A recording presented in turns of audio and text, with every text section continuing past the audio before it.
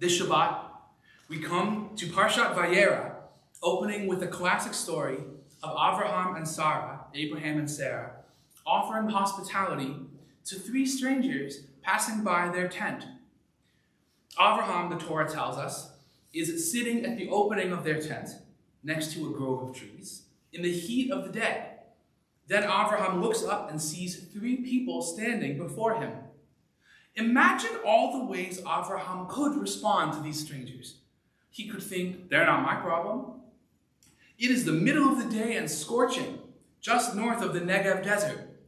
The easier choice would be to stay in the shade where it's cool. Avraham could make fun of these strangers. He could denigrate them. Or Avraham could decide that these strangers are a threat. In the context of the story, there is no reason to think these strangers are dangerous. But Avraham could assume that if they are different, they must be untrustworthy. If they have come from somewhere else, they must be coming to take what is his. Avraham could drive them away or even kill them. Instead, the Torah tells us, Avraham ran toward them from the opening of the tent and bowed down to the ground.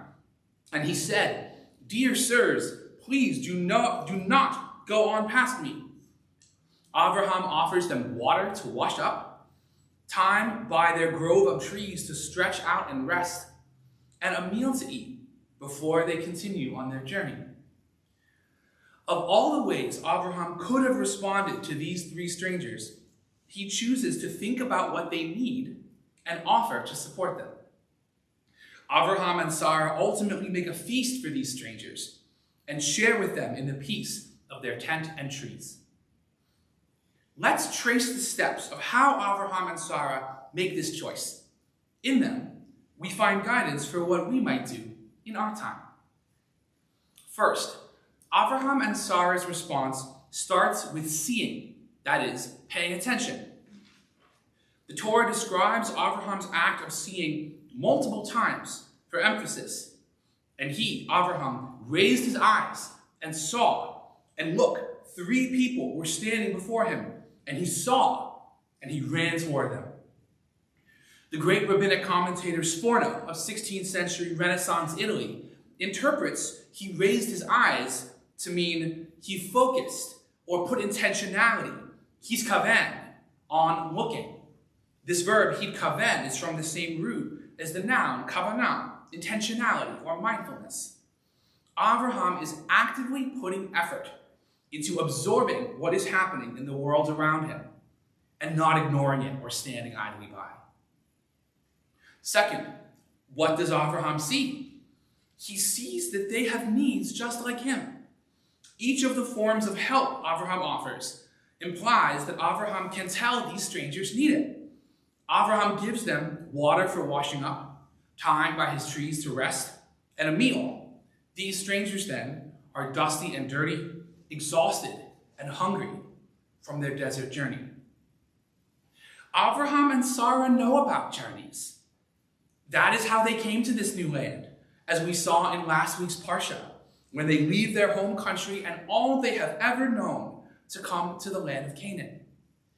One senses that Avraham and Sarah have not forgotten how it felt when they had these needs. Now they feel compelled to do all they can when others have these needs. So as we trace the steps of Avraham and Sarah's choices, we see they go from paying attention to empathy. They go from noticing people who are different from them to seeing how these people's lives are not in fact so different from their own. This call to empathy and indeed identifying with people who are different and in need is codified later in the Torah in the mitzvah, repeated in various phrasings. Love the ger, the stranger, or literally the migrant. For you were migrants in the land of Egypt. The mitzvah repeated the most often in the Torah. Third, Avraham looks at these journeying strangers and he does not see an enemy. And it is not because Avraham is a pacifist or naive. In last week's parsha, we saw the story in which a war breaks out between two coalitions of kings. One of the sides kidnaps Lot, Avraham's nephew, and Avraham and his household join the other side in the war to rescue Lot. and they win. By this point in the story, Avraham is a war hero. He knows a threat when he sees one. But Avraham looks and pays attention to these strangers, and he can tell they are no threat. They are travelers. They are in need. Rashi, the celebrated rabbinic commentator of 11th century France, notices Avraham's discernment in the phrase, "He saw three people standing before him." Rashi interprets this phrase, "He saw that they were standing in one place and not coming at him, and he discerned that they did not want to harm him." Avraham sees these people as just that, people. It would be as if a group of caravanners today were met by someone saying, "Come, stay with me, eat, rest." Then later they found out that their open-hearted host was a decorated soldier who had just returned from, say, Afghanistan. Further on in the parshah, we discover that these visitors are secretly angels when they go down to Sodom and Gomorrah and supernaturally rescue Lot and his family from destruction. But right now, Avraham does not know they are angels, yet he does not assume they are enemies. He sees human beings, pure and simple, and that is reason enough for him to want to welcome and help them. Fourth, Avraham and Sarah turn their empathy into action, and they do it with enthusiasm. Like any great literature, the Torah does not tell us this, it shows us. Part of what makes literary images powerful is that when we see them, we feel not just one, but a whole array of emotions and insights within ourselves. Think of Jay Gatsby gazing across the water at the great green light, symbolizing his yearning for Daisy, for the American dream, for happiness. Or Achilles and his vulnerable heel, symbolizing the vulnerability, uncertainty, and frailty of the human condition. Here in the Torah, we find the image of Avraham in the highest heat of the day in the desert, getting up from his seat in the shade of his tent and literally running to these complete strangers and greeting them with a bow.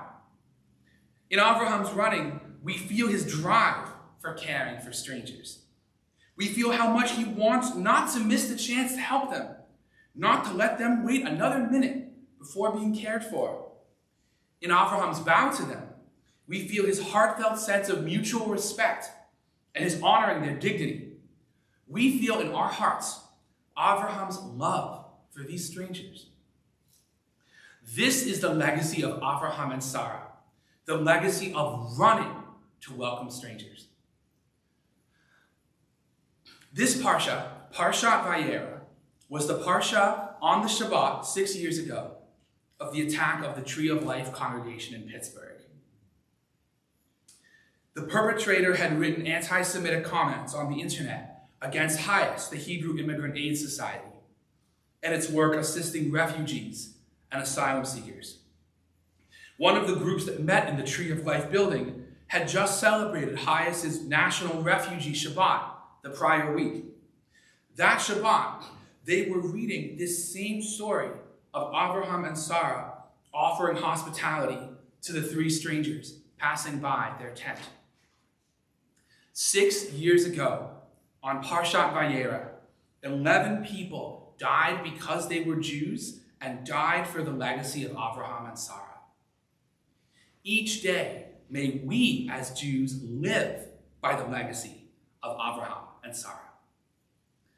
We have the chance to take their mission and make it real in our time, to pay attention to other people and what they need, to empathize with them, to see in people who are different from oneself the way their lives are not in fact so different, and to run with enthusiasm and drive to turn empathy we feel into decisions we make. The most mysterious and perhaps the most evocative line in this story is the first sentence, describing the moment when the strangers are approaching. And Adonai, the Eternal One, appeared, VaYeira, the name of the parshah, to him, Avraham, when he was sitting by the opening of the tent.